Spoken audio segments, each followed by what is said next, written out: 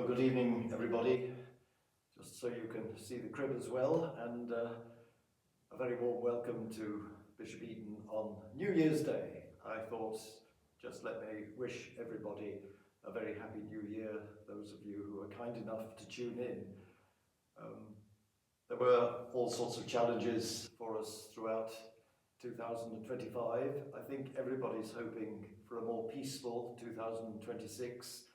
And let's just thank God, as we always do, for all the blessings in spite of that, of the last year, and ask the Lord to continue to strengthen and bless us in every way.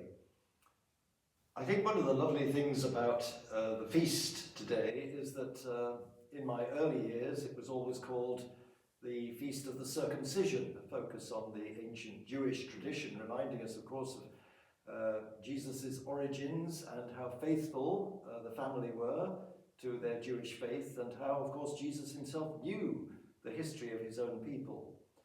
But in 1974, Pope Paul VI asked us to focus on Our Blessed Lady as the Mother of God, and that has become the focus of the feast that we've celebrated today.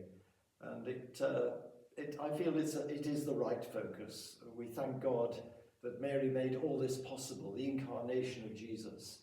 And of course, she was truly human too. She struggled to understand what it was God was asking of her. We're told in today's Gospel, which ends, of course, by reminding us of the circumcision at Mass, that Mary pondered all these things. I think that's just a lovely image of Mary, pondering, trying to process what was going on in her life, so that she could remain faithful to the Lord throughout. And of course, we thank God that she did.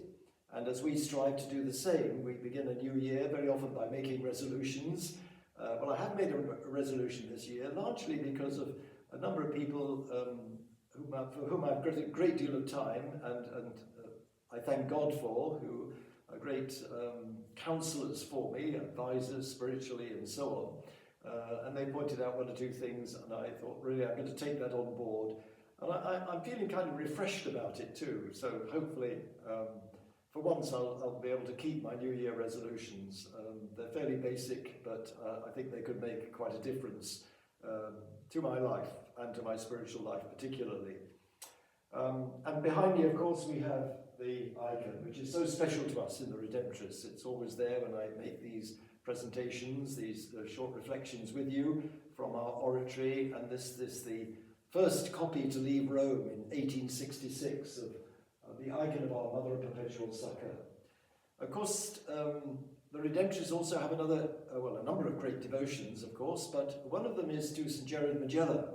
And in April, we will be marking the 300th anniversary of his birth, and this year leading up to it has been a year for St. Gerard. And here in Bishop Eton, along with the inspiration that Father Royston Price has been giving us, he's been organising taking the relics of St. Gerard around the country in different dioceses. We're going to have a triduum. We still haven't quite settled on the date, but I did talk to the Archbishop the other day when I saw him, and he showed great interest, so we hoped that Archbishop John Sherrington will be able to be part of that, and we'll have a few weeks to prepare for that, probably around the April time itself. So, as it were, wait for the development of that bit of news too. I think that's really all I want to say, except another huge thank you to so many of you who have sent messages of goodwill, and of course in our parish, the tremendous support we've had in celebrating Christmas and now the New Year.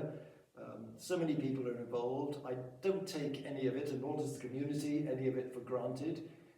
And so with Father Andrew and the whole of the community, we wish you a very happy and peaceful New Year, and pray that the Lord will continue to keep us peaceful and united. And of course, on this feast of Mary, the Mother of God, we beg her prayers and her intercession. Remember, O most gracious Virgin Mary, that never was it known that anyone who fled to your protection, implored your help, or sought your intercession was left unaided. Inspired by this confidence, we fly unto you, O Virgin of Virgins, our Mother. To you do we come, before you we stand, sinful and sorrowful. O Mother of the Word incarnate, despise not our petitions, but in your mercy hear and answer us. Amen. Well, a very happy New Year. Good night and God bless.